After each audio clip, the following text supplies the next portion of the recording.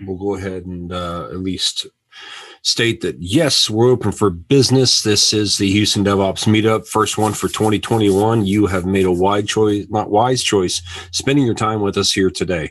We're going to be, of course, giving everybody a little bit of time to get online. It's taking, it always takes about 5 minutes or whatever.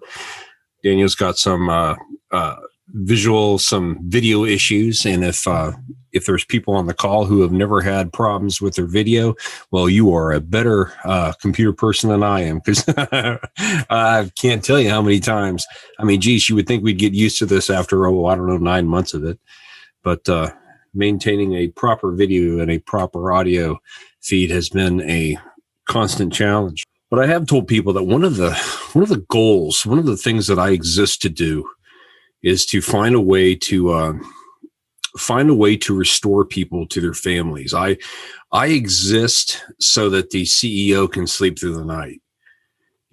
That's what I'm here for. I'm here to make sure that CFO or that person on the operations side, that they get home to their families in time to restore family dinners. I exist to make it more plausible that a family dinner might happen. That's what we do, because we are in charge of the machines, right? And the machines are supposed to serve us, not the other way around. And the machines, by golly, they should serve us on our timetable, not their timetable, right? So DevOps should be about making that happen. And on that note, that's really the Houston DevOps Meetup started in 2017 because the cloud is challenging. The cloud is something that's interesting. There's a lot of things going on in the cloud. And if you've arrived, if you figured it all out, God bless you. That's awesome. I have not. And it's amazing how many ways there are to do things and how many options that we have. And so that's what the Houston DevOps Meetup is about. There's too much to know. So let's get together every month. Let's talk about what's going on. Let's offer some different insights. And if I don't necessarily know how to do immutable infrastructure, I don't even know why that's important, I can talk to somebody like Daniel here, and he can explain it for us. And we can maybe learn a little bit about that. So the Houston DevOps Meetup is about community, ultimately. It's about knowing who's doing what. And so that, if I don't know how to do that, well, I know somebody who does. And there's at least a way to make that connection, to build more resilient software. And there goes my phone. So that's what we're here to do. And we meet every Tuesday, the last Tuesday of the month. We get together for about an hour. We do a little bit of an intro here. And I don't know, man. I think I'm going to disconnect my my landline. The only thing that calls my landline anymore is robots. And they're all trying to get money for their political, whatever political campaigns going on now. So I'm just going to leave it on here. Okay. Robots and salespeople. I'm really popular. Yeah, what's up? In case you were wondering if I was joking, not joking. Okay. Well, Daniel, how's it? I think that I'm not going to be able to get my video working. I'm used to using Google Meet, and it just works like a champ every time. So I'm not sure why the screen's coming through as black. So anyway, I'll leave it on. Maybe sometime through the presentation, my picture will show up. But yeah, do you mind if we do that? I'll be sharing my screen most of the time anyway. So. Yeah. I apologize for everybody on the meetup here. Mr. Watrous is a handsome man. You'd want to see him, but he's going to deprive you because he's stingy. Well, and that's you might have seen me, and you might still have a chance. I remember back in 2019 attending the DevOps days, in person, and that was a lot of fun, and we had a lot of great presentations. So. Anyway, unfortunately, we're stuck virtual these days, and my Pixel book isn't used to connecting on Zoom. So I'll anyway, whenever you're ready, Dan, I'll jump in. Okay, fantastic. Well, for everybody on the meetup here, Immutable Infrastructure. Daniel had pinged me and he was interested in maybe presenting, and we were just looking for a topic. And I've been talking to a lot of people at the place that I work. I work at the American Bureau of Shipping, and we've been doing a cloud transformation. And the topic of immutable architecture the immutable infrastructure came up because it doesn't, on first glance, if you're thinking about it, it doesn't seem to make a whole lot of sense. But Daniel can explain it a lot better than I can, and I will let him do it. But I've been talking to a lot of people about that, and I thought this will be an interesting topic, an interesting to approach things. So looks like we got quite a few people on. If I could convince the people on the call, if you have a camera and if it's working, go ahead and get it on, turn it on so that I can get a screenshot for the splash on the video. Because I want to see all wonderful faces. How can you blame me? I see Sagar. I see Prashant. Don't tell me that's the Prashant that I know from work, because that guy knows a lot of I'm here. Let me see. Yeah, well, Prashant works with me. He knows all kinds of dirty secrets. Okay. So Sagar, Prashant, Lester, you want to jump in there? Get your famed faces on the splash. Okay, everybody ready? And 1, 2, 3, cheese.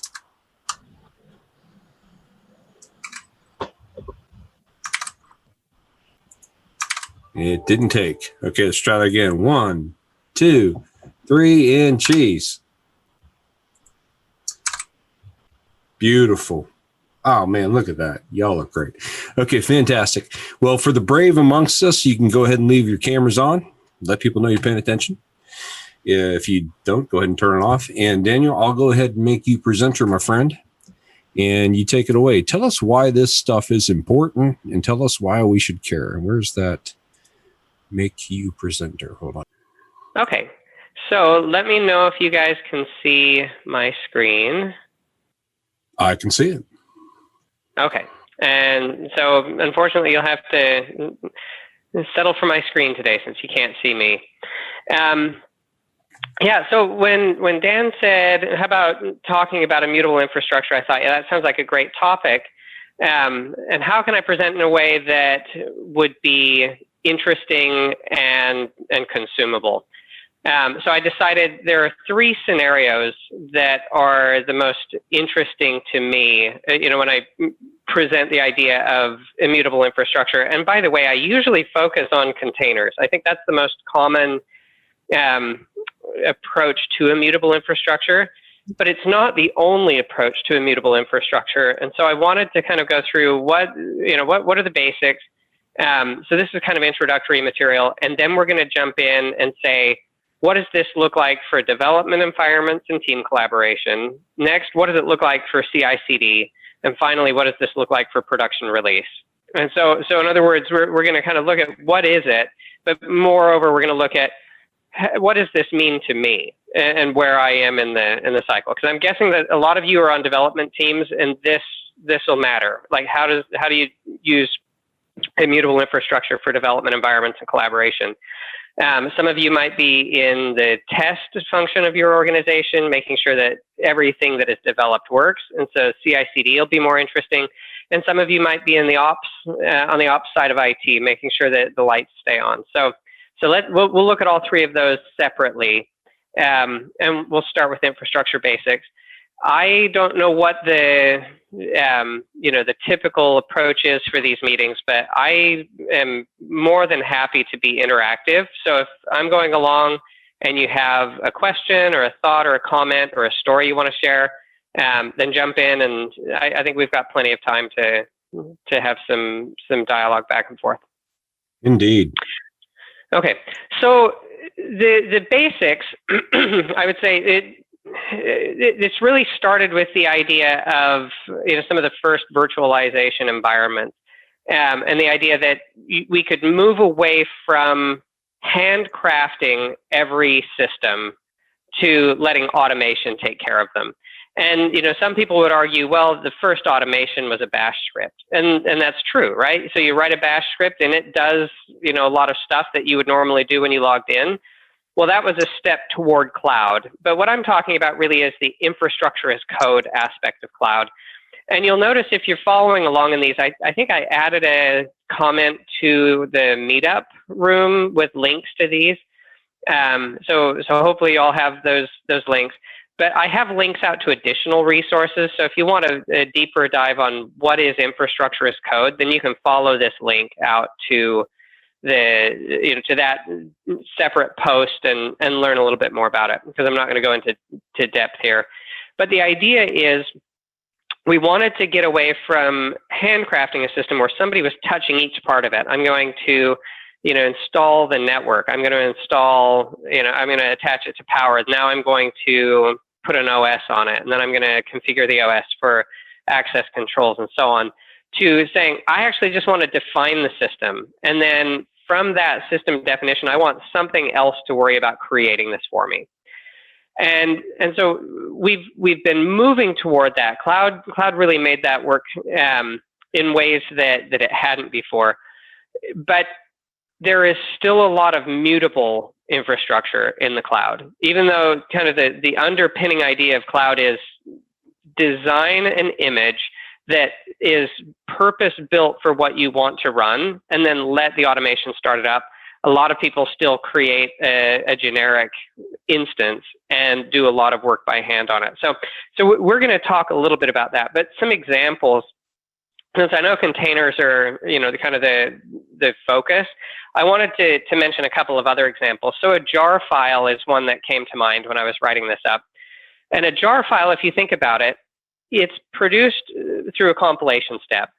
And the bytecode that's contained in that jar file, you can't just open it up. I mean, even though it's a zip file, you can't just open it up and make a change to one of those files. So in that sense, a jar file is immutable. You don't change a jar file, you replace it. You come in and say, okay, I made a change, I ran my unit tests, and I ran my build, and now I have a new jar file. And you basically just overwrite the old jar file. So in that sense, we've already been using, a lot of us with jar files, have been using some immutable infrastructure for years. Another example is a CD, DVD, ROM. And obviously ROM is a hint to the immutability of the medium, right? But the idea is that if you have, and I don't know if everybody on this call, I noticed there are a lot of young faces on here.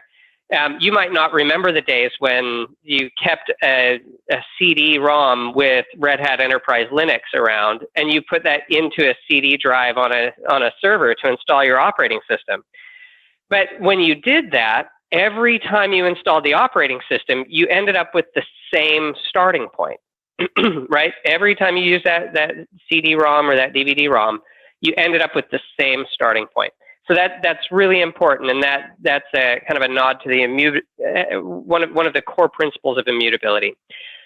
Now, containers, what about containers? Well, obviously, containers are taking over the world, and it's kind of interesting because there are lots of fads, and the technologies underlying what we know of as containers or Docker in our day. That technology has been around forever. There have been virtualization and isolation mechanisms, and even container technologies like LXC predating Docker. And at Google, a lot of you now know that Google has been using containers in production for about 12 or 13 years. And so yeah, there's a lot of great things about containers. What I want to draw your attention to is that a container image is a file system. So it's a file system. Just like this CD, DVD, ROM, it's a file system. And in a sense, the jar file, it's just a zip file. So it's just a collection of files.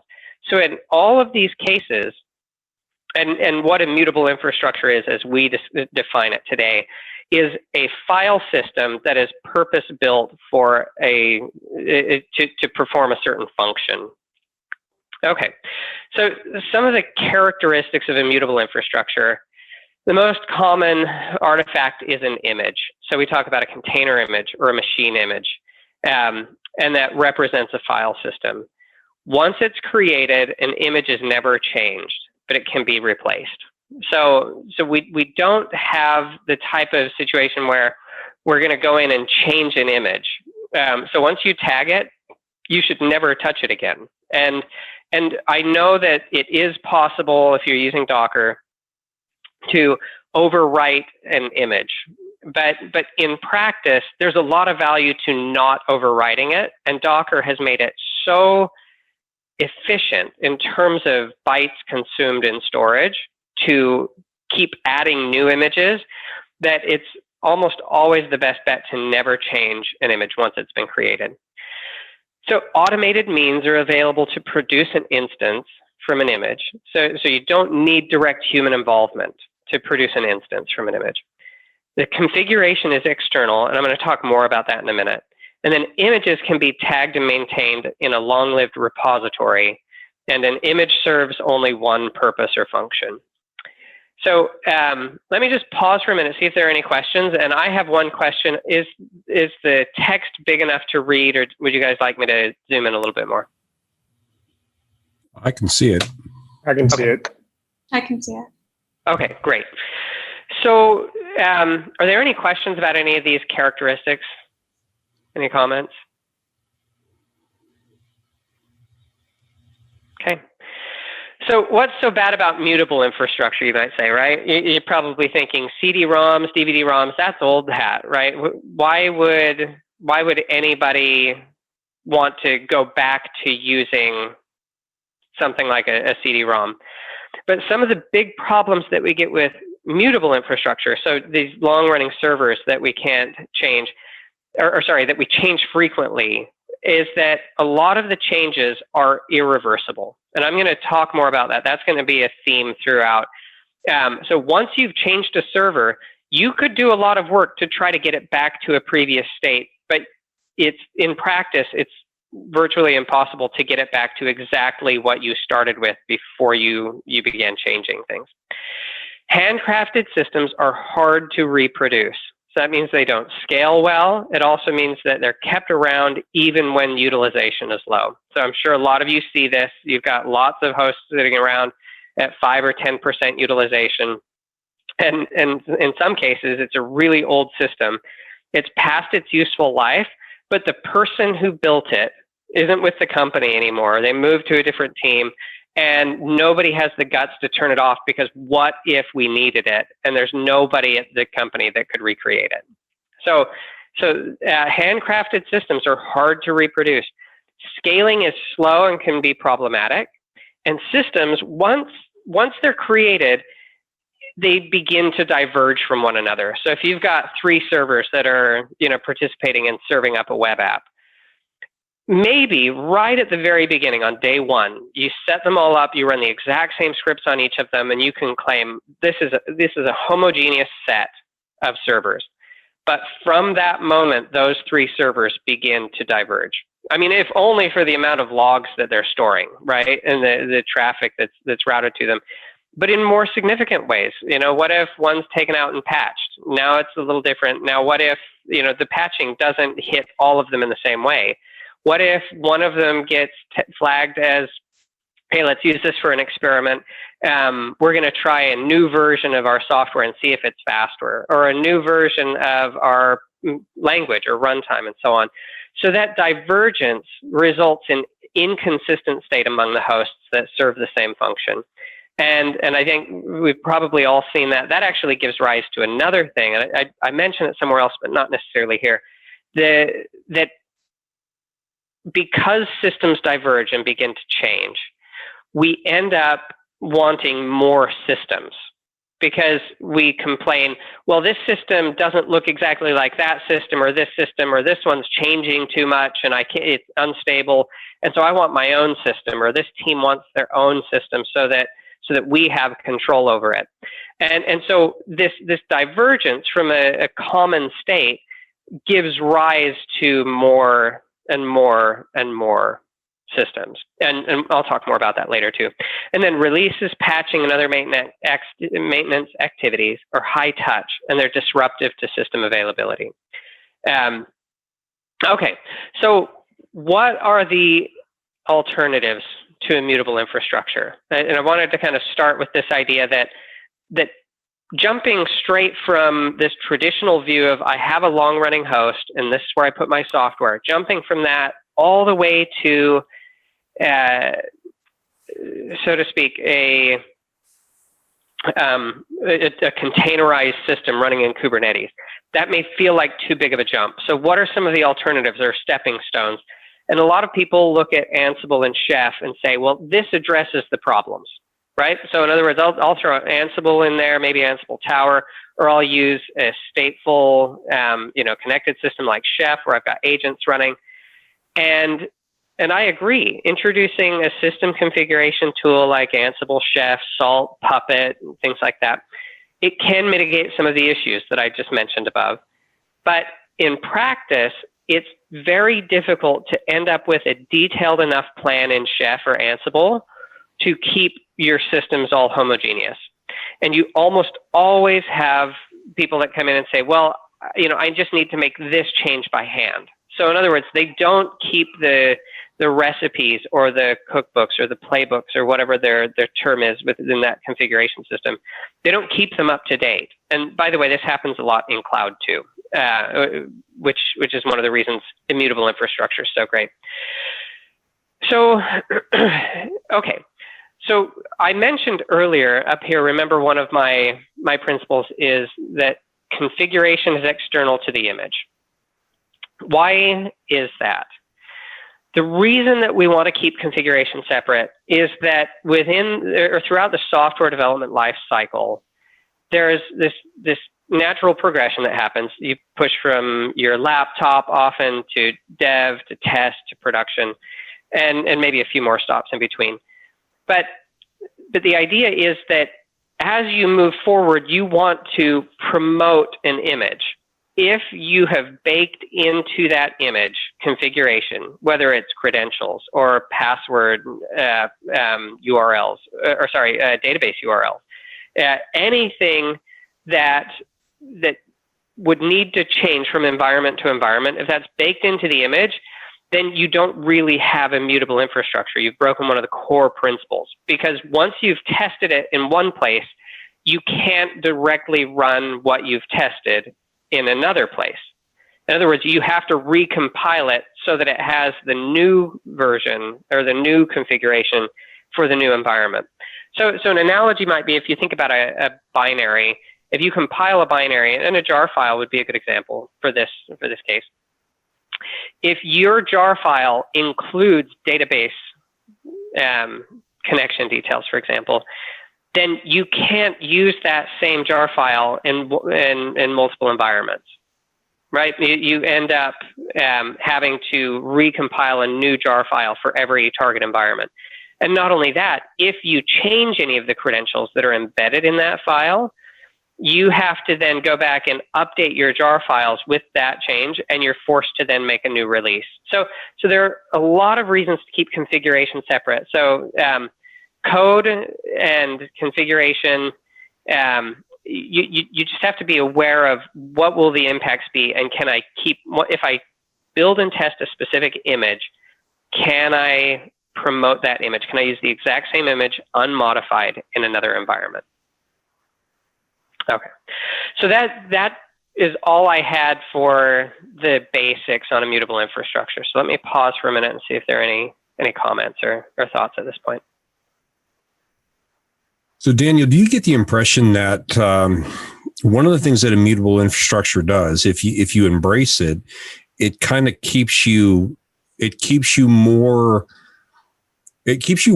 teams working more aligned with the way that the cloud actually is meant to be used? Because I resonate with this idea that, you go to the Ansibles and the Chefs to kind of take that baby step, because, if you're dealing with an on-prem company, they have that pet mentality with servers, where we're trying to tell people you need to treat the servers like cattle, and so there needs to be that stepping stone, and Ansible tends to be there. And it sounds like, it's like this idea that as long as you're using immutable infrastructure, you really should be looking at the cloud. But if you're not going to do that, don't even bother going to cloud. Well, there are a lot of factors. If the only decision point was, are we ready to make the full jump to immutable infrastructure, and does cloud justify that? Then I don't know. I mean, so if they're saying, I want to start using Ansible or Chef or Puppet or something like that, I think there could still be value there, and there could still be value in cloud. I mean, there's just a lot of factors like, how much are you paying for data center space? When's your next renewal? How much is licensing? How much do you spend on personnel and time and support contracts to keep the things that you're running up? Could offloading some of that to cloud where you have more managed services, could that be beneficial? So there are a lot of decision points, I think, that would need to be factored into it. But and the other thing I would say is that Ansible and Chef, one of the reasons these are so attractive, and I think it's a valid reason, right? If you come in and you're trying to get your operations team to buy into some new automation, something more, Ansible and Chef are just a vehicle to run shell script. I mean, there are a lot of libraries and modules and, all this kind of stuff, but effectively it's like running shell script. So somebody who's a sysadmin looks at that and says, I can do that. And so if they're willing to say, okay, I'm going to move this bash script that I have into an Ansible playbook, and then we can run it more consistently, there's probably value there, right? Even though it's not all the way to containers and immutable infrastructure. Yeah, that makes sense. And you're right. There's too many factors. It might be access to the cloud, but I think that is interesting that you brought up that Ansible and Chef thing, because you're right. Essentially, it is. It's a wrapper around shell scripts. Nice. Yeah. Yep. And there are underlying languages. Of course, Ansible is really friendly to Python. So anything that you can do in Python, Ansible is likely to have some support for. Anyway, so I guess all I wanted to point out is that in the journey to cloud and in the process of moving toward cloud native, which I personally think is a spectrum. I linked out to another article I have on cloud native somewhere in one of these posts. We're not going to get into it tonight. But there are really valuable lessons learned from each of these. And what I would say is that anybody who's followed cloud for the last 10 years, you see that you're just constantly stepping over the last huge win, right? You're like, oh, okay, oh, that's awesome. What if I did this? And then the next guy's like, oh, what you did is awesome. And then he does something else. And like the changes, they're coming so fast, it's hard to keep up with them. But that doesn't necessarily diminish the value of choosing one and adopting it. Just saying, you know what, this is what's available right now, and I'm going to go for it. I'm going to run at it. So, and if it's containers, then great. And hopefully I make a case tonight that convinces you all containers are the way to go. So, okay, well, let me jump into the next thing. And I'll just point out too, at the bottom of each of these posts, I have a little section called navigation, and it links out to all of the articles. So there are these 4 articles: the basics, development environments, and team collaboration, CI/CD, and production release. Okay.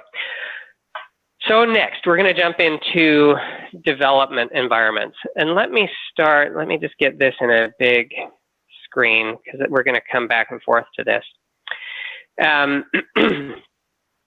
Okay. Now, development environments are intended to be flexible and in motion. That's the purpose of a development environment, right? And I like to think about this as the engineers in an organization. They want to move fast. They want to push into new. They want to grow. They want to say, oh, you know what? This would help me solve my problem.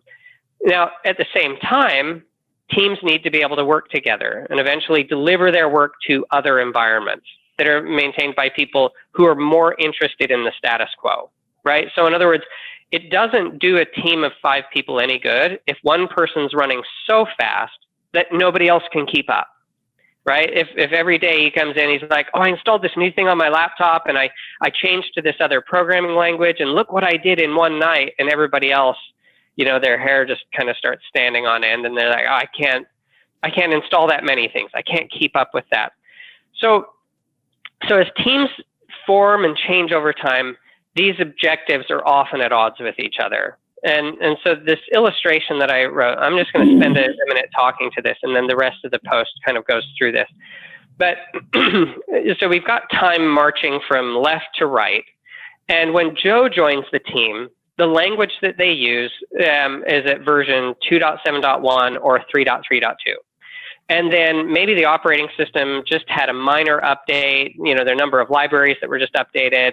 Maybe the data existed at a certain point, and he installs an IDE of version 9.2. Now, what I've observed in practice is that for the life of Joe on that team, so for the duration of the time that Joe will spend on that team, those metrics, those versions are unlikely to change. So in other words, and the operating system may be a little different because that's often managed by the organization. But unless there's some compelling feature or factor or something that breaks, he's likely to just keep working with whatever language runtime he installed, whatever IDE he installed. But along comes Sarah and Nate, and they install the current version at their time, which is different than what Joe had. And likewise, they import data from a different point in time. And then, Nate installs that. Eventually, Joe leaves the team. Steph comes on the team. And so what I wanted to kind of draw your attention to is that for the first discussion point of immutable infrastructure, we're not even talking about servers. We're not talking about deployments. We're usually talking about laptops because that's where the bulk of your development work happens. And your laptops are often defined as this kind of point in time when you joined a team. And when Joe leaves this team, even if he takes the same laptop and he goes and joins another team, he's likely going to adopt a new point in time for that team. And if he's the first person on that team, then great. If he's the fifth person, the point is that every single one of these laptops that you see here is going to be slightly different from the others. Okay, so now, why does this matter? The reason this matters is that you get a situation that I call works for me. So in other words, you've got Joe coming in and saying to Sarah, hey, your last commit doesn't compile. And Sarah comes back and says, well, actually, I just tried it and it works fine. It works for me. And so they end up having to spend a lot of time going through and they check, okay, do we both have the same code? Do we have the same versions of libraries? Do we have the same compiler? Do we have the same data? And so on. And they have to keep going through those types of things until they figure out what is the difference between our systems that lets the same code compile on Sarah's machine and not on Joe's. And so in a best case scenario, they can find the difference and they're like, oh, this is great. And they actually have a team playbook and they add instructions to the team playbook. And all of the other members of the team say, oh, look, there's new stuff in this team playbook. And they immediately update their own environments so that now we're homogeneous across the team again. In practice, I don't see that very often, but I do see this works for me. And one of the most pernicious forms of works for me is when something fails in production. So something fails in production and everybody gets in this big flurry and they come back to the team and the team starts running stuff on their laptops and they're like, no, this code works. And then they have to start hunting across dev servers and test servers and staging environments and so on until they can find somewhere else that they can reproduce the failure that isn't production. And then they have to start making comparisons, kind of like slicing and dicing, saying, okay, well, this is failing, this one isn't. What are the versions of everything else, right? So in other words, they're just going down this stack saying, okay, what operating system version? What are the latest patches? What libraries do we have installed and what versions? What data do we have? Are we accessing data that's similar? Were there any changes to the schema? Are there any special characters? Like you have to start going down the list of everything that could potentially impact this. And I think one of the most common differences that a lot of us overlook is that most developer machines are Windows or Mac, and almost all production environments are Linux. So in other words, we're developing on machines that, in the majority of the cases, that don't match where we're deploying it. So even if we have the exact same version of Java installed, we may still be getting different results. Okay, so the side effects, what happens with the above issues, it leads to some side effects. And some of those side effects are that people want to find balance, right? The development teams are saying, I don't want to be interrupted by these problems anymore, so I want more productivity. And the ops teams are saying, I don't want you to have more flexibility, because that means I get up in the middle of the night to answer calls when this stuff falls over. So I want the status quo. And so you've got one organization with their foot on the gas and the other with their foot on the brakes. And that doesn't lead to good outcomes. So what's the solution? Oh, and by the way, does anything I'm saying sound familiar? I mean, are people identifying with this? Yeah. I'm looking at a few heads nodding. Anyway, so I've been writing software for 20 years, and I've worked in small companies. I've been an entrepreneur. I've worked in small companies. I've worked for big companies like Hewlett-Packard and Google. And this happens everywhere. It doesn't matter the size of the company. Even smart people do this, because when your foot's on the gas, you're focused on one thing. And when your foot's on the brake, you're focused on another. And they're both valid. They're both, like, productivity and availability are both desirable outcomes. Okay, so what's the solution? Well, you guys guessed it. It's immutable infrastructure. I should just stop there. No, just kidding. Okay, so containers and machine images are the two things that I think I would recommend you start with. If you're saying, can immutable infrastructure benefit our organization? Certainly you can look at jar files. You can look at other tools that aren't quite immutable, but bring you closer to homogeneity across all of your ecosystem. But containers are a slam dunk, in my opinion, and there is so much support. They are so much easier to use today than ever before. And I would argue that containers, like if you're saying, I'm just gonna cut my teeth on this immutable infrastructure, I'm gonna jump in, containers will be easier than starting with machine images. There's just more tooling around it. There are more tutorials. There's more to go off of. But both of these are good solutions. So the idea with a container is that it encapsulates all of these particulars. So it says, right now, this container has this language or runtime, this operating system component, these libraries, and so on. Now, data is a little different. Configuration is a little different. We can talk more about that. But the point is that containers encapsulate all of those variables so that every single time you create an instance from a container, you get the same collection of resources, the same all of the same stuff. You don't have divergence from one instance to another. Now, there's a valuable link out to, what is cloud native. You guys, I certainly encourage you to read that. And if you're interested in Kubernetes, I've got a boot camp on Kubernetes that would be, you could probably go through it in a day, and I think it'd be really useful to you. Now, machine images are like an AMI or a QCOW2, depending on what type of environment you're working in.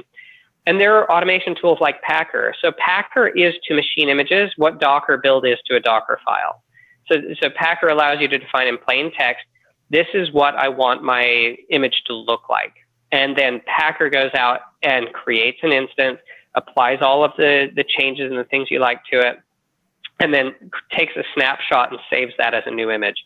So Packer is a brilliant tool if you want to do machine images. But the thing that's the most important about immutable infrastructure as you start to chase it is to make sure you understand the automation available.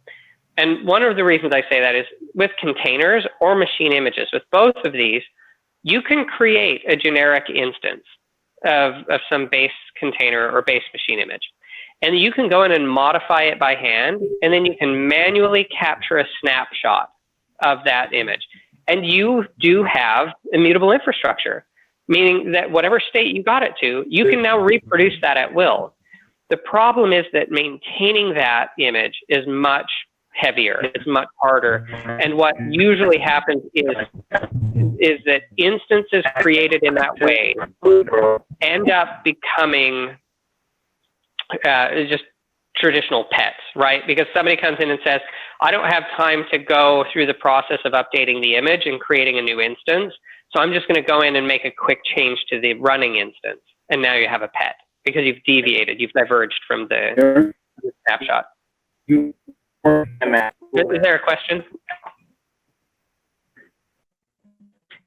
Okay. All right. So, real quick question: isn't a container just a type of machine image, or is that not right? No, you can. Yeah, absolutely. So, anytime you say image, you're really saying file system. Do that for a specific reason.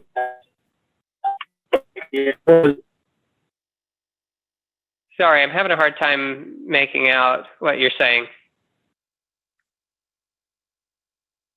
Oh no, I was done. That was someone else. Oh, okay. Yeah. So Matt, you're absolutely right. A container image, a machine image, they basically represent a file system. One big difference is that a machine image includes the full operating system, which containers don't. And every machine image is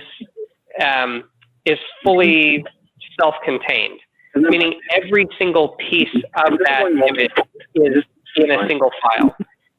And so with containers, you have layers. So you're really saying, I want to start with some base file system, and then I'm just going to add a diff to that file system, right? So in other words, I just want to add 3 files. And so your container image, which looks like it's 300 megs, actually only has your 3 files, and it's taking advantage of all of the previous layers. So there's a lot of efficiency with container images. Yes, I think I've seen containers used for deploying software to machine images. Well, that's an interesting idea, and I don't see why you couldn't do that. In other words, I guess you could start up a VM and install Docker on it, and then start a container that operated against the file system of that machine image, or sorry, of that running instance. I think there are more effective ways of doing that, like Ansible and Chef would be examples. But yeah, I can see how that would be possible. Okay, so what are alternatives, again, to containers and machine images? Well, scripted environments are one alternative. So if you want to think about Python virtual environments, that's a way of defining what you want your environment to look like. And that can be reproduced. Anybody else that wants to can create a virtual environment that matches your virtual environment. Vagrant is another tool that is normally run on a laptop, and it uses virtualization, on the host, and allows you to define a particular setup. So in other words, you can say, I want to use this operating system, and after the image starts up, I want this to happen and that to happen. And I linked out to an example of creating a Hadoop cluster using Vagrant. Then VDI is another example that isn't necessarily immutable, but gets you closer to that homogeneity that you want across a team with development environments. So VDI, virtual desktop infrastructure, allows you to centrally manage some of the operating system and IDEs and things like that, so they remain consistent. It's more controlled than a normal, like a laptop. But there are other drawbacks. Anyway, a lot of these things, what I would say is that you're always trying to look at what are the trade-offs and what am I trying to accomplish.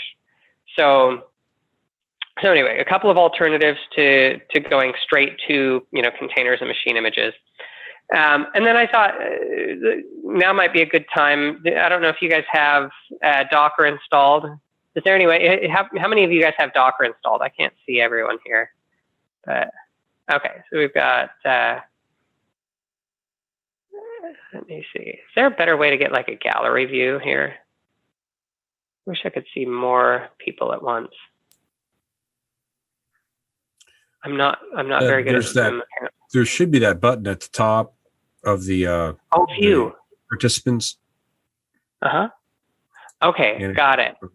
Gallery view. Oh, that's a little better. Now I get 9 of you at a time. And you can expand that window. You usually can drag that and expand it. Okay, so great. So what I wanted to do, and this is kind of fun. I've used this a lot with when I've done trainings on Docker and Kubernetes. And during the Docker day, I usually ask all the engineers in the room, the software engineers typically, is that if I had a legacy program written in BASIC, how long would it take you to get your laptop set up to run a BASIC program? And I don't know, there may be some of you that don't remember BASIC, where you actually write the line numbers. Anyway, how long do you think it'd take? What do you guys think? Depends. Depends on what? Like, I mean, are you talking an hour, a day? How long would it take you to get your laptop ready to run BASIC? I'm guessing the quickest you've ever heard someone claim to be able to get started is an hour. Yeah, well, that is, hey, you're reading ahead. Yeah, well, I mean, I'm just thinking about it. Every time I have to set up a laptop, there's a lot of work. I'm like, okay, where do I download this? Which version do I want? Do I have to install other libraries? Is there an MSI installer? Right. So yeah, a lot of people are like, okay, within an hour I could be ready to run this. So what I'm going to say, and I don't know if you guys, do you have this page open? So I would dare all of you, I would challenge you to follow along with me. So here's a basic program. And what this is going to do is it's going to clear the screen, and then it's going to say from 2 to 40 in even steps, print B. So for B equals 2 to 40, step 2, print B, next B. And when it's done with that loop, it should end. Okay, pretty simple basic program. So what it turns out here, let me get a little window here.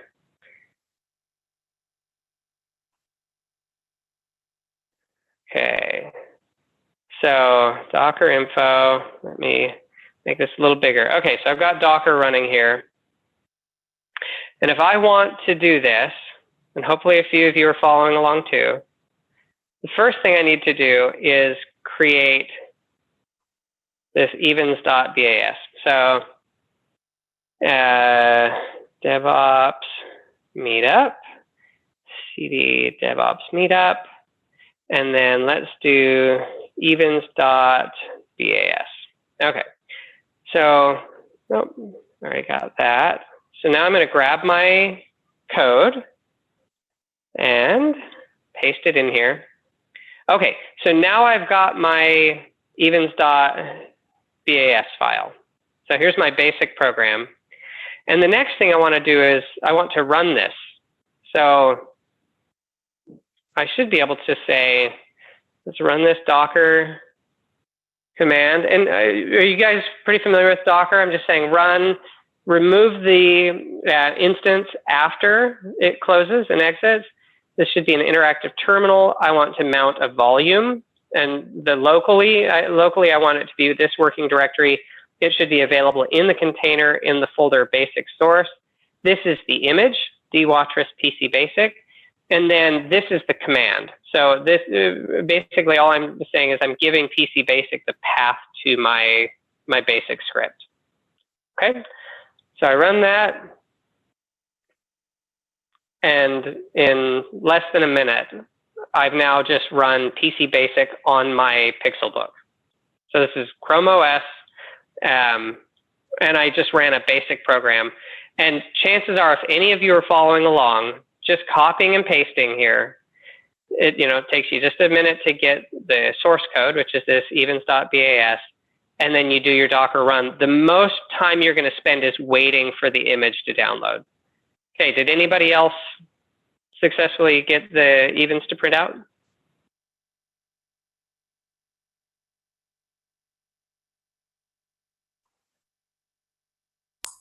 Mine's still pulling. Okay, yeah. Sorry, it's kind of a big image.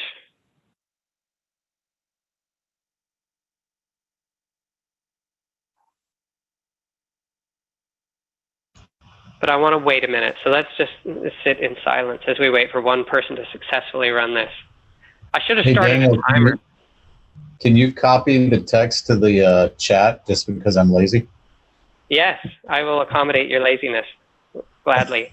Now we're talking. Let's see.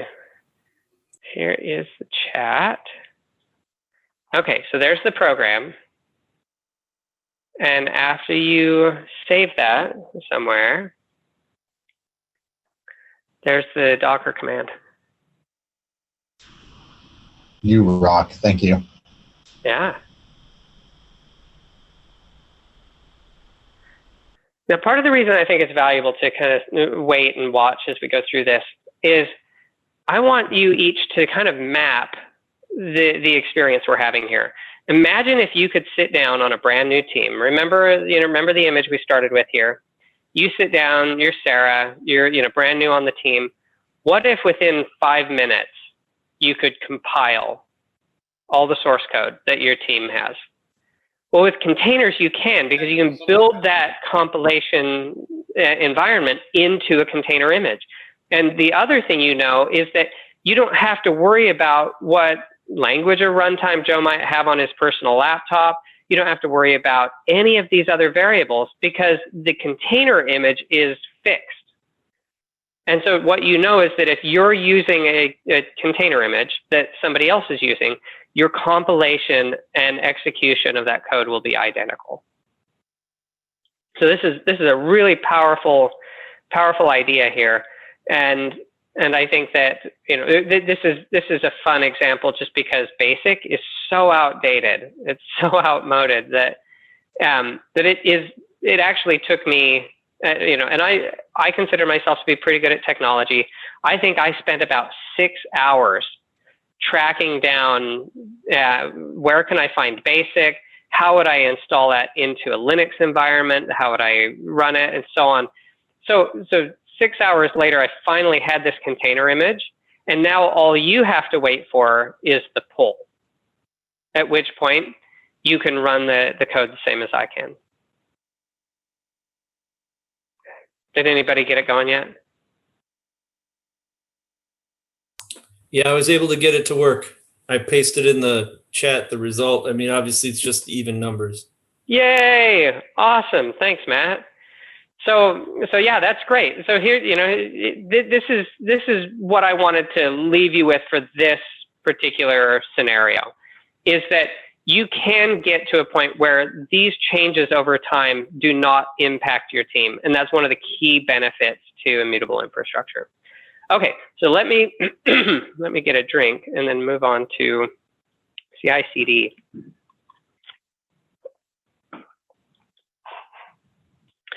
Okay, so CI/CD, I've got another little illustration here that I created.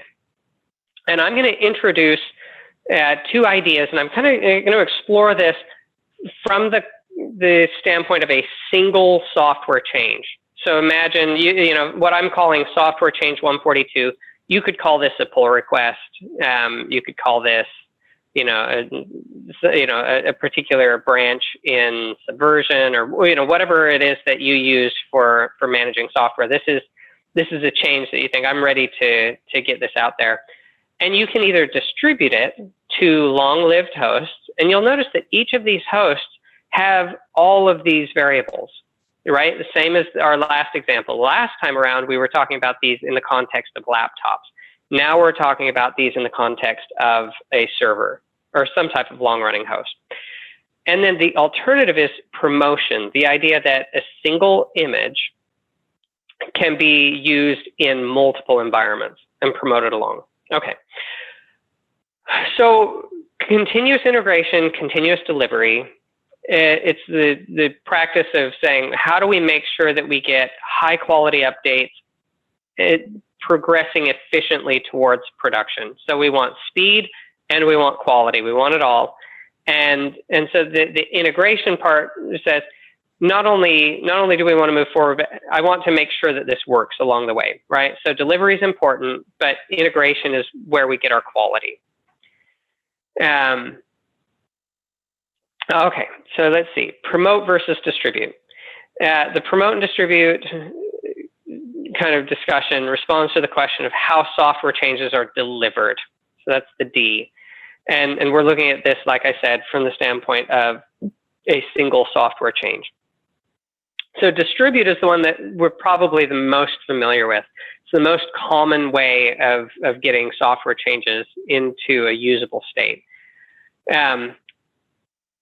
So some things that you have to keep in mind. So this is one of the first things I call out, is that as you're distributing, you're putting this software change on dev 1, dev 2, dev whatever, or test 1 and stage 1 and so on. Each of these systems has potentially, and in practice almost certainly, diverged from other systems, right? So across all your dev systems, there's almost certainly some divergence, right? And so whether that's the operating system version, patch levels, the runtime versions, even within Java 8, are you in build 1100, build 1200, right?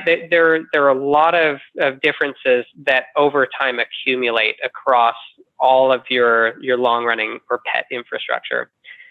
So a discrete change, like your software change 142, is usually packaged into some type of a deployment artifact, and you copy that out to a host. So that's what this arrow is showing, is I've got my software change, it's packaged up, maybe it's a jar file, and I drop it onto one of these hosts. So that's what distribute looks like. Now, one of the things, and I already hinted to this before, but the changes that you make are often irreversible, which means that the target host has been, once it's been modified, it's difficult to ever get it back to the previous state.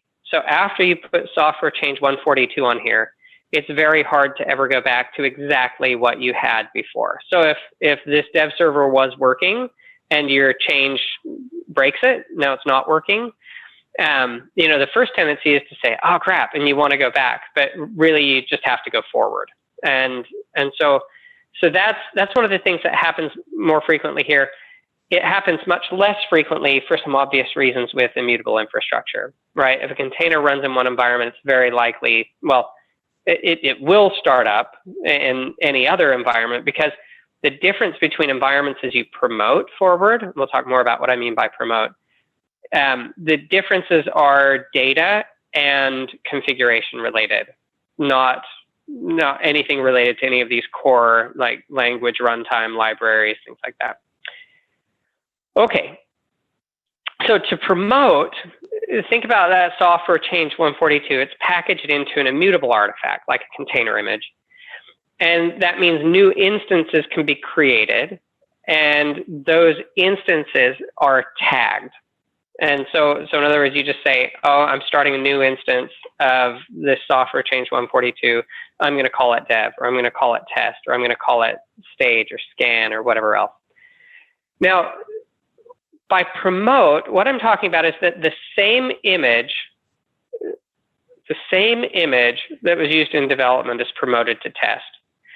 So the difference between distribution and promotion is that distribution, you're changing a system. With promotion, you're creating a new instance of the exact same artifact, right?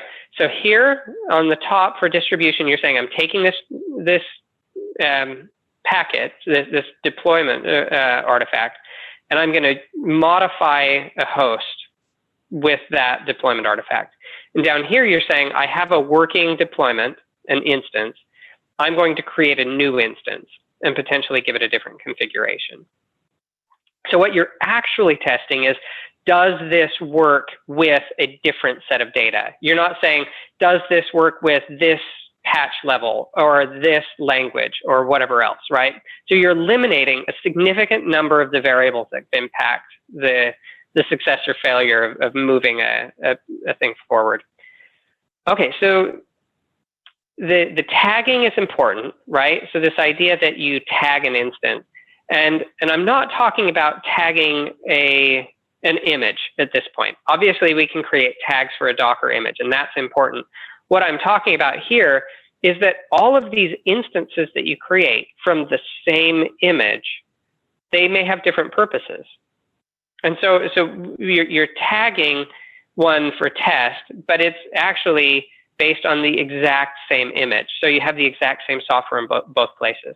So the nice thing about this promotion is that by the time you get to later stages and eventually production, and I haven't shown production on this, but ultimately, what you know is that what you're deploying into production, the instance you're creating, is the exact same code, same libraries, same OS, components that you ran in dev, in test, in stage, that you scanned, and everything else. So that's really important. Now, one thing that's interesting about this shift, where you're saying, okay, everything's exactly the same. I'm no longer dealing with individual systems, these pet systems. Now I'm just creating instances wherever I want them, is that your control mechanism changes. Because remember, if what you're doing is you're dealing with these systems, and I'm sure you've all stared at network architecture diagrams, what you end up with is the firewall rules and the DNS and the load balancers. All of these things are pre-configured so that host dev 1 or test 2 or whatever, these are fixed. In other words, whether you're changing that system or not, there's still a route to it. There's still a path to it. And so you have to be really careful who you give access to these long-running hosts. Because as soon as they touch this, they're potentially impacting the end user. In fact, they absolutely are. I'll make that case in a minute. But you're impacting the end user. So on the other hand, with containers, what you're doing is you're saying rather than distribute, the promotion follows a replace. You're not updating something that's already running. You're replacing it, or you're creating something new. And so I've linked out to a couple of ideas here: rolling updates, blue-green deployments. I think you're probably familiar with these ideas. They're super straightforward with immutable infrastructure, and they're more difficult, they're more complicated when you're dealing with a whole bunch of individual machines, because there's a lot of manual work you have to do to make decisions about whether this host is getting traffic right now or not. So this idea of routing control, and by the way, I link to an article. I'm just going to pull it up here because I think this will help us to visualize it. Let me open this up. Okay, wow, that's big. Let me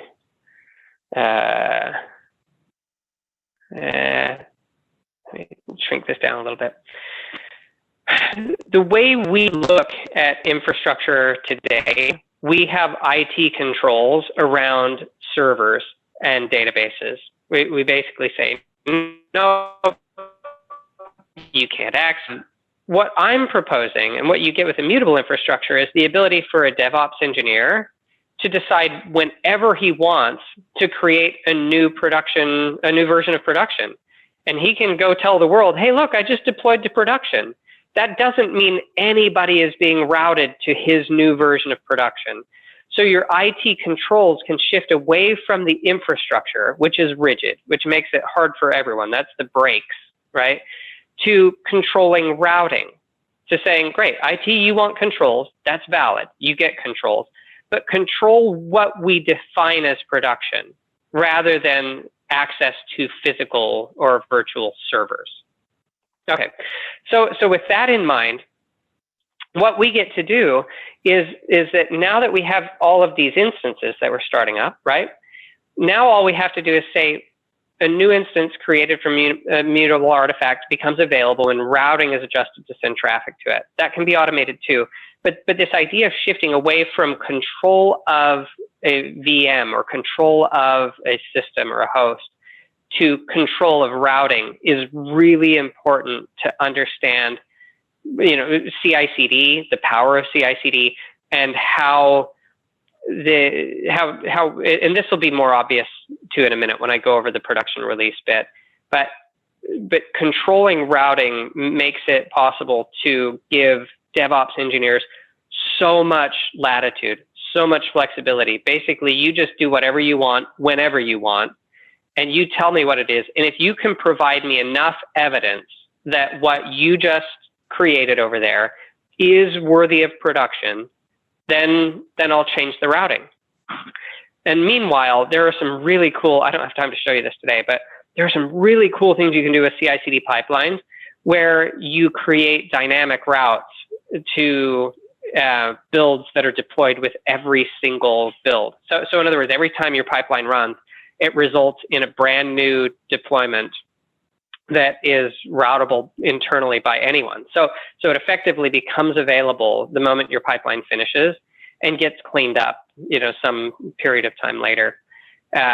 So now you're not actually talking about by hand doing anything. You're not creating instances or anything else. It's just by defining a software change, saying I created a PR, that would be turned into a container image, and a corresponding deployment would be created.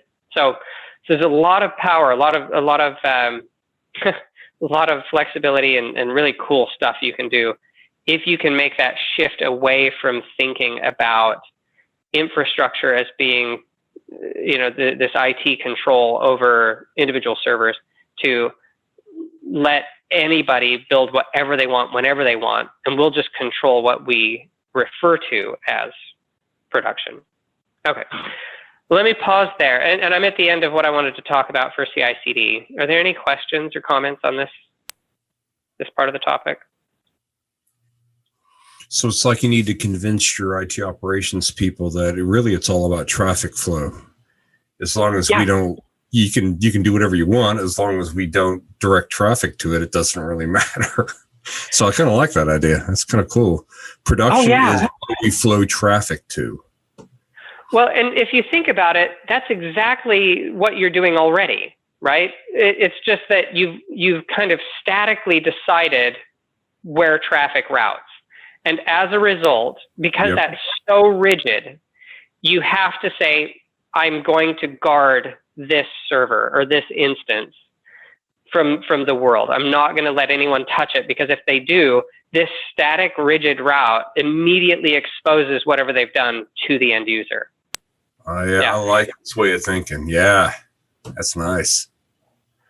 So now, and by the way, this isn't a huge stretch. Companies like Netflix and obviously Google, there are a lot of companies that have been doing this for a long time. And some of them do it with DNS mechanisms, which is great. So in other words, this gateway is really just manipulation of DNS, and they're pointing to one set of IPs or another, right? Some use like the more advanced thing, and I didn't have time to include this in the presentation today, but service mesh, the ability to say all of these components over here, all of these deployments are part of a service mesh. And now I just get to define at the service mesh level, when traffic comes in, how does it route? And so you've got this kind of new plane of Envoy proxies, and you're able to just define, right now I want all my traffic going here, but I want it mirrored over here, and I want 1% of my traffic to actually go to this new live container. So and I actually talk about those a little bit in the production scenario. But yeah, so this is a shift that shouldn't be too hard to get buy-in, and I'm not sure why people don't. And I linked to this from this page, by the way. So if you guys click on this bottom link on this CI/CD post, then you'll find your way out to this. But yeah, it's the biggest hurdle to this is agreeing on what I've called here a gateway technology, right? Do we do this with console and DNS? Do we use Zeus? Do we use Istio and service mesh?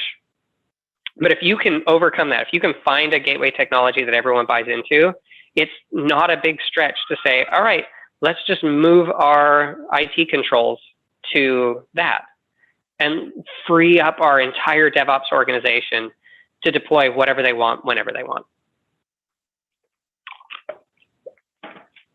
Okay, let's come back. Any other comments or thoughts on that? Great. Okay, production release, our third and final scenario. And I have another cool picture. So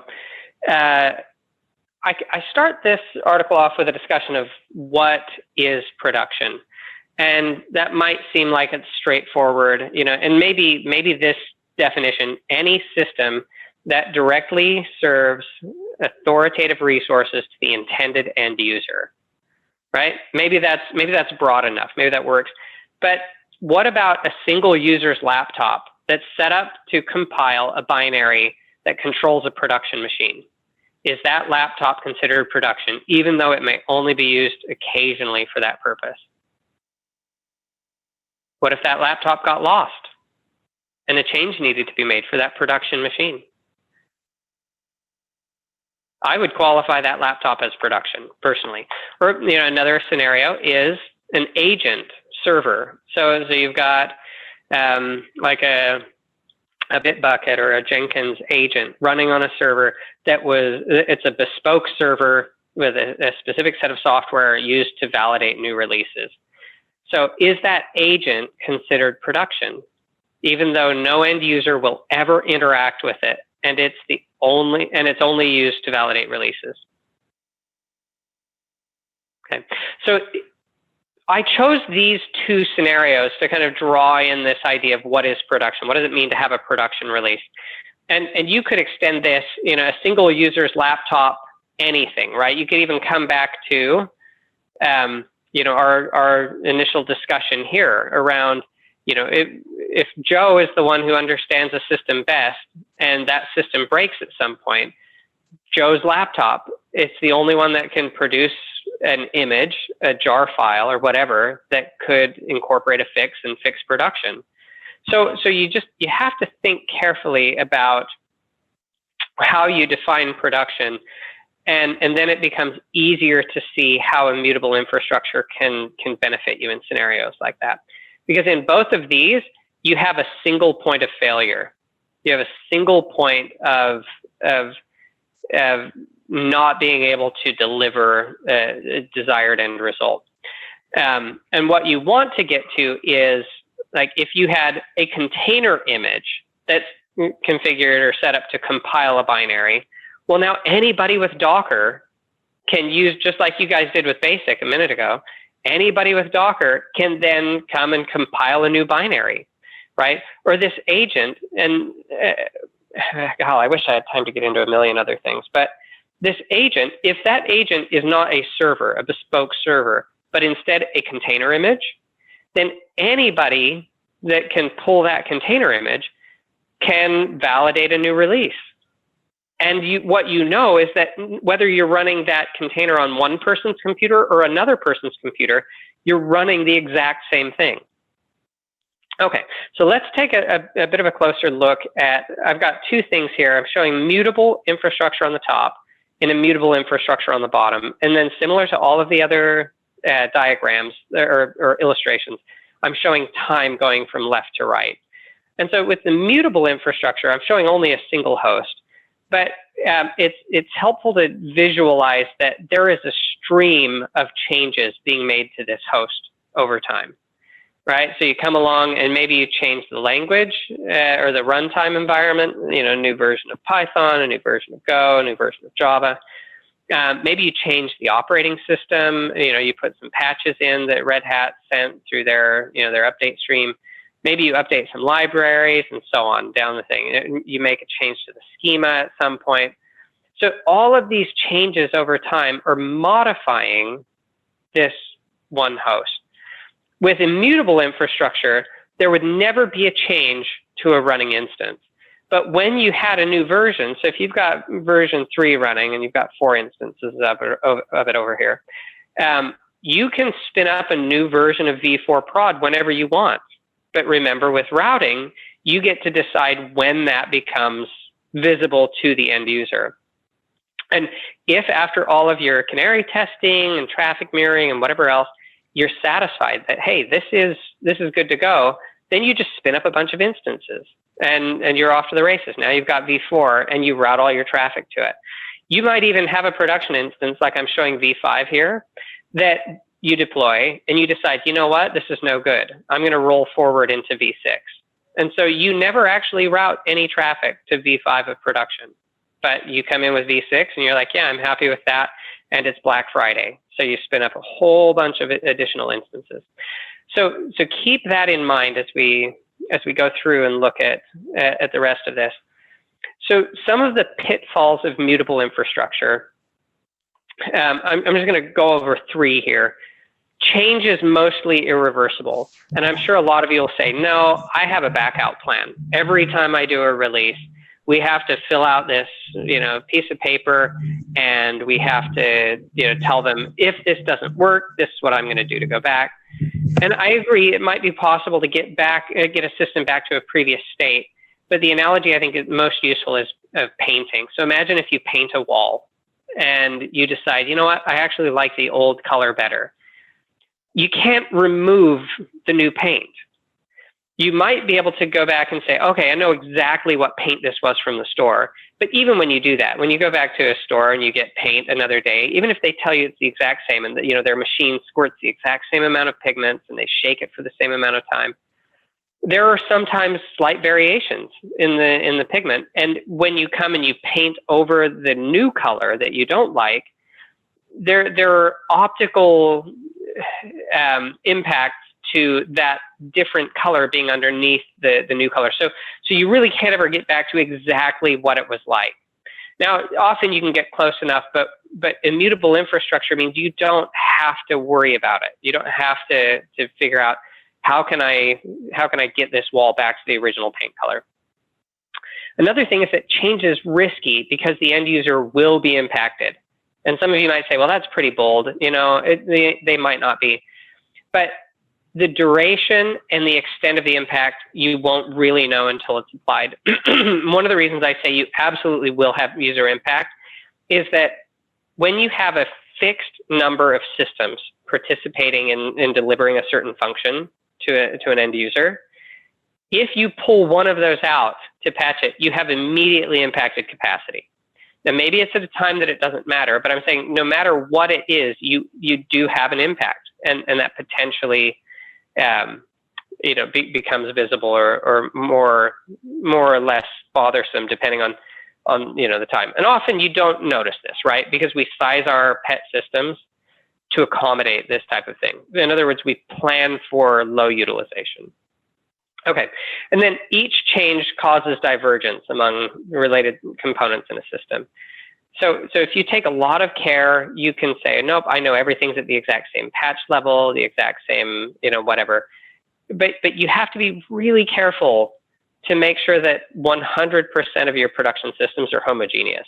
And in practice, I have seen that doesn't actually pan out. You always have divergence among systems, which is why you have cases where one system fails and another doesn't. Okay, yeah, and that's a comment I make here, which is that you have to guard against out-of-band changes. This is the most common way that you get divergence, is somebody will come along and they'll say, oh, prod 3 is not working.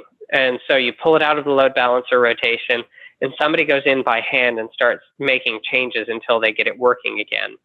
In the best case scenario, you find root cause, maybe it deviated some other way, but you almost always have differences between systems. Okay, so the pitfalls of mutable infrastructure. What are the benefits of immutable infrastructure? Well, instances can be recreated, or rather new identical instances created, without any variation from the original instance. Startup times are fast. Creation of a new production instance can be fully automated, meaning no human action is required. All of the above makes scaling capacity very straightforward. And I would say, for stateless workloads, that's absolutely true.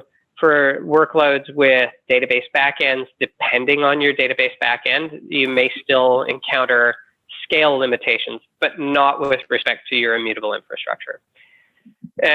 So instances can be retained after a new release. So remember, if we come back here, there's no reason for me to immediately delete an old version of production. I can keep it around as long as I want. So keeping those instances around and being able to fall back to the actual original is, for the ultra risk averse, this is way better than than a backout plan. And then distributing instances across zones and regions is also very straightforward, because wherever you have, in this case, maybe the Docker runtime, you can create a new instance. Now, some advanced use cases that I think are really compelling. One is multiple versions of production. And so this scenario is, imagine that you've got a client who accounts for a disproportionate amount of your revenue. And they come along and they say, it would make us easier to buy from you if you made this change to your system. And you think, well, we could make that change, but that would disadvantage our lower tech customers who buy less from us. And so with containers, with immutable infrastructure, you can actually say, well, why don't we have 2 deployment tracks? And I'll have this deployment that has your interface, and I'll route your traffic to it. So I'll just look at the headers and see if anybody from your organization is logged in, they'll get this version. And if it's anybody else, I'll route them to the other version. So multiple versions of production, not just for rolling releases or blue-green deployments, but for long-term feature sets that may accommodate a subset of your users. And there are cases of this in the wild too that you can go find. And they're really interesting to see the types of business scenarios they enable. And then continuous scanning is another thing that you get in production. I think a lot of organizations have something like Nexpose, or there are a number of tools that go out and scan all of your long-running servers, right? So that that it comes out and it scans host prod 1, and it says, can I detect any vulnerabilities? And it bubbles those back up, and then you go and patch those systems. Well, with immutable infrastructure, you can do that scanning without having to touch every running instance. Now you can simply scan the image, and if you've got 50 instances, you don't have to go out and touch all 50 of them. Once you've scanned the image, you know exactly what's in all 50 of them. So your scanning becomes more efficient and easier to do continuously. But what's more than that is that you don't have to give credentials to a scanning tool. You don't have to have a user on that system that allows a scanning tool to log in and have rights or permissions to a running instance to be able to do that scanning. So you decrease an attack vector, or you make your whole infrastructure more secure by saying, no, I can scan this. And then, of course, mitigating vulnerabilities in immutable infrastructure is much more straightforward than mitigating those same vulnerabilities when they're discovered on a live running instance. So kind of in conclusion, immutable infrastructure is great. We went through some of the basics. It can benefit you in development, in collaboration, in CI/CD, even in production. You can get more speed, more delivery at higher quality and lower risk. And so containers, I would say, if any of you are thinking, I'm going to start down this path, start with containers. The amount of support and offerings that all the cloud vendors have around it is amazing. And the tooling you have on your laptops to work with containers is also fantastic. And then, if you want to, feel free to come back and review these or send me questions if you have them after this. And I'll stop. Sorry, I guess I've only left 4 minutes for questions, but why don't we jump into it? What questions or comments do you guys have? Don't be shy if you want to ask anything. While you're thinking I'll try of with my camera one more time. Let me see. Darn it, it's still black.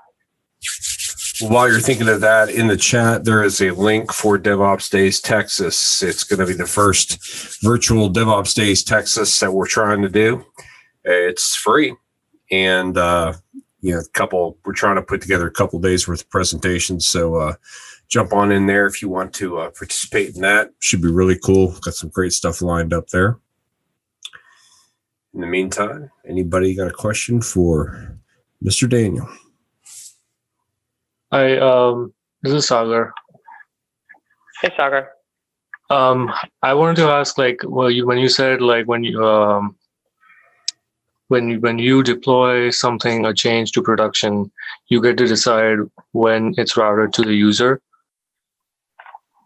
So how much like manual or human effort is required to do that? Well, it depends on the underlying technologies you're using.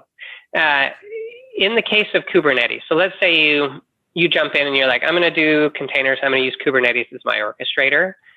Kubernetes has two mechanisms that facilitate that dynamic routing. One is a service and the other is an ingress. And there are different times that you would use each of those.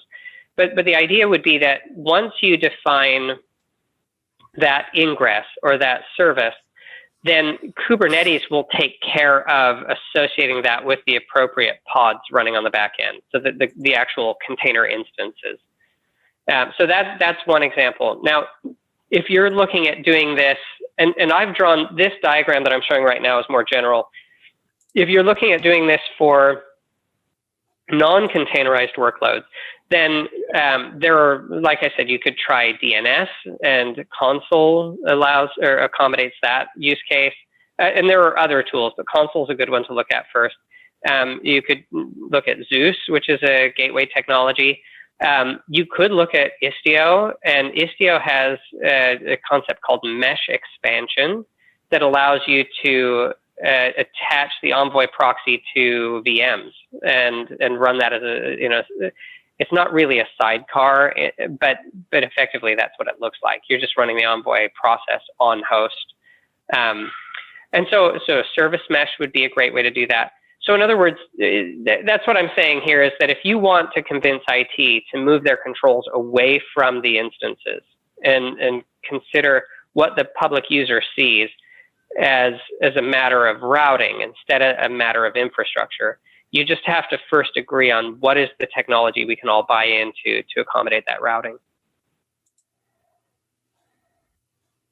Does that answer your question, Sagar?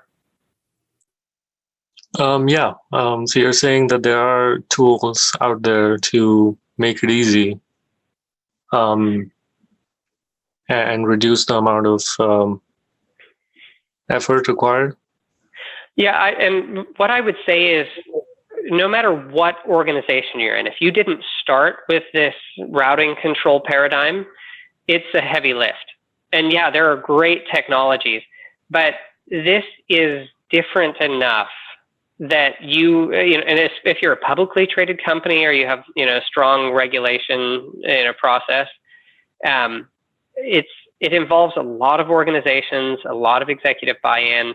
So it's the type of thing that you want to, if you can, move toward in pieces. So for example, if you say, hey, I've got this new app or this new function, we're delivering a new microservice, look at that first and say, hey, rather than delivering this on VMs, we want to deliver this in containers, and we'd like to introduce this routing technology. And then you get to come up with, not for your whole environment, but for that one microservice, as an organization, what does it look like to manage routing instead of infrastructure for this one microservice? And then it's easier to backport that, as you move more things into containers. So easy probably is not the word I would use, but approachable, yes. Okay, thanks. Mm-hmm. Okay. Well, thanks so much for your time, everyone. It was a lot of fun. Nice to virtually meet you. Maybe next time I'll try to find a different laptop so that you can see my face. Wonderful. Thank you very much, Daniel. Very cool. Everybody, thank you for joining. If you are interested in presenting at the Houston DevOps Meetup, please don't hesitate to give me a call. All kinds of things we can talk about. I have somebody that I've been working with. We've been looking specifically at OCR technology, some of the cloud offerings there. And we've been looking at how AWS, its public OCR offering there appears to be getting smarter, appears to be getting better as we go through the months here. So it's really cool stuff. There's all kinds of things that you can bring to a DevOps meetup to present, and keep your options open, and be brave. Do something different in 2021. If you've never presented, give it a shot. So thank you for jumping on, and we'll be seeing you, if not earlier, next month. Thanks, everyone. Bye. Bye. Thank you.